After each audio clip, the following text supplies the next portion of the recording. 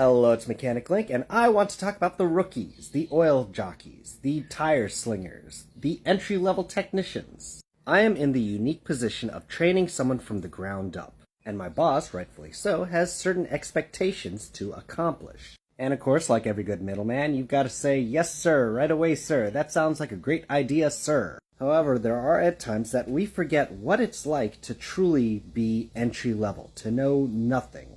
An entry-level technician should be able to do an oil change. Okay, yeah. And we want them to check the air pressure. Okay, not unreasonable. And to top off all fluids. Well, hold on, that could come with some complications. We want them to be able to check the brakes. Okay, but they need to learn how to crawl before they can walk. Entry-level technicians should grease all fittings. Do you expect them to have that tool? Entry-level technicians ought to be able to shake a vehicle so we can check steering and suspension. Are we talking about the same position? Entry-level technicians ought to be able to exchange exterior lights. Yeah, sometimes they can be really easy, but have you ever changed the headlight on a Chevy Malibu? Entry-level technicians ought to be able to swap out tires. Do you know what's involved with 35 run flats? I mean, once you are done writing the list of what you think an entry-level technician ought to be able to do, what you're describing is not someone who is fresh to the industry. You're describing someone who's been in the industry for 2 or 3 years. That's not entry-level. You have taken a 6-step oil change and turned it into a 50-step org chart. I often think back on my rookie days and realize how little help I had. And I'm trying to provide the support that I never really got.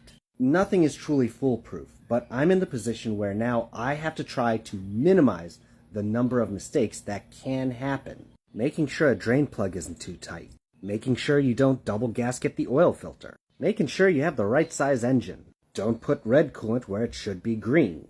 You can put .4 in .3, but you can't put .4.1 in 4.0. Match the tire pressures to the door jamb sticker. A sloppy wheel bearing sometimes can feel like a sloppy ball joint. Don't break the tire pressure sensor at the valve stem, except for when Ford had a couple sensors on a band on the other side. How to tell the difference between an engine oil pan and a transmission oil pan.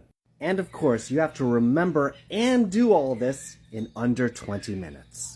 Every shop is going to operate a little bit differently, but personally, I would rather you be slow and make minimal mistakes versus going fast and blowing up an engine, or causing a wheel off, or torching a transmission. There's a lot of mentors who take pride in being mean and nasty and as much of an asshole as possible to these rookies. It's like hazing in a rite of passage. And while I'm not opposed to having a little fun now and then, you can't do this kind of stuff and then turn around and complain about how there's a technician shortage. If you set up a bad worker for failure, they will fail. If you set up a good worker for failure, maybe they'll be alright. Maybe. If you set up a bad worker for success, more than likely they'll show themselves out the door. And if you set up a good worker for success, you're going to have a phenomenal technician on your hands. So yeah, managers, bosses, sales reps, technicians, be good to your rookies.